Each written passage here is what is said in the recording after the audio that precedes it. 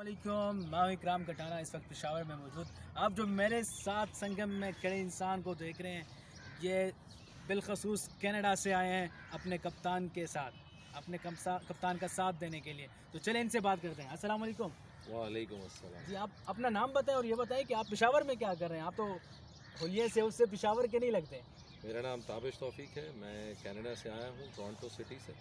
اور خان کی کال کے اوپر بس رہا نہیں گیا، لبیک کہا، اور جو اپنی بساط سے ہم کر سکتے تھے ہم اپنے آپ کو بھی لے آئے یہاں پہ اس آزادی مارچ کے لیے، پاکستانی قوم کے لیے، پاکستان کے لیے، کپتان کے لیے، اور بالخصوص اس عوام کے لیے.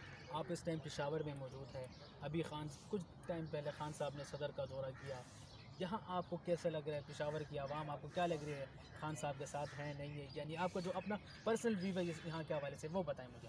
میں الحمدللہ لاہور لینڈ کیا تھا، لاہور کی بھی انوائرمنٹ چیک کیا دیکھا، پھر اسلام آباد میں رکے. کل پریس کانفرنس دیکھی پشاور سے، تو ہم نے کہا اسلام آباد رکنے کا کوئی جواز نہیں بنتا. خان کے پیچھے پیچھے ہم پشاور آ گئے، اور پشاور کی عوام، کے کی عوام دیکھ کے ایسا لگا کہ پورا کا پورا پاکستان امڑ آیا ہے باہر. پورا کا پورا پاکستان یکجا ہو گیا ایک کاز کے لیے. پختونخوا ہمیشہ کپتان کا تھا، کپتان کا ہے اور کپتان کا رہے گا.